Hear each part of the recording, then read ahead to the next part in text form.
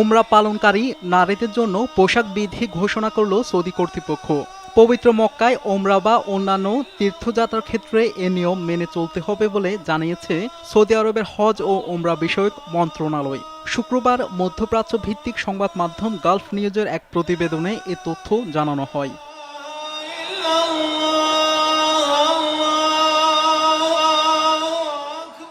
এক টুইটে ওমরা বিষয়ক মন্ত্রণালয় জানায়, নারী ওমরা পালনকারীরা নির্দিষ্ট নিয়ম মেনে নিজেদের পছন্দ অনুযায়ী পোশাক পরতে পারবেন।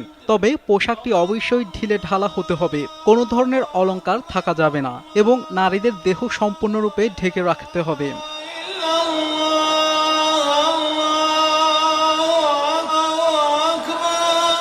2022 সালে মাহরাম বা রক্তের সম্পর্কের আত্মীয় ছাড়া নারীরা হজ বা ওমরা করতে সৌদি আরব যেতে পারবেন মর্মে ঘোষণা দেওয়া হয়। সে থেকে প্রচুর নারী মাহরাম ছাড়া হজ ও ওমরা পালন করেন। যদিও সৌদি আরবের এই সিদ্ধান্ত নিয়ে ইসলামী চিন্তাবিদরা ভিন্নমত জানিয়েছেন। এটা নিয়ে বেশ বিতর্ক রয়েছে।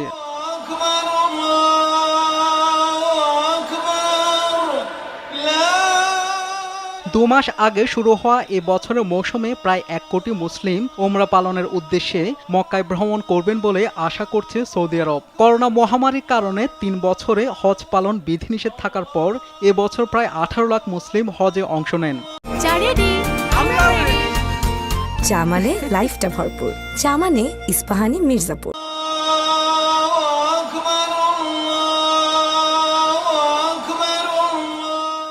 হজের জন্য কোটা নির্দিষ্ট থাকলেও সারা বিশ্বের মুসলমানদের জন্য উমরা ভিসার জন্য কোনো কোটা বা সীমা নেই। যে কোনো দেশের মুসলমান যে কোনো ধরনের ভিসা নিয়ে সৌদিতে এসে উমরা পালন করতে পারেন।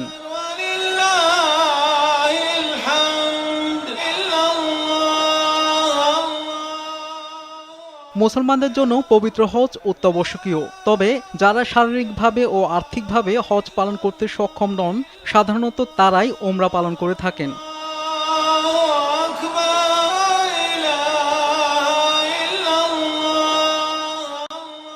এবার ওমরা যাত্রীদের ভিসা সহজ করেছে সৌদি আরব। ব্যক্তিগত, ভিজিট এবং ট্যুরিস্ট ভিসায় ওমরা পালনের সুযোগ দেওয়া হচ্ছে।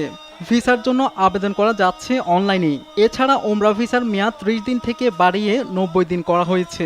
জল, স্থল ও আকাশ পথে আসার ওমরা যাত্রীরা এখন আরও বেশি দিন সৌদি আরবে অবস্থান করতে পারবেন।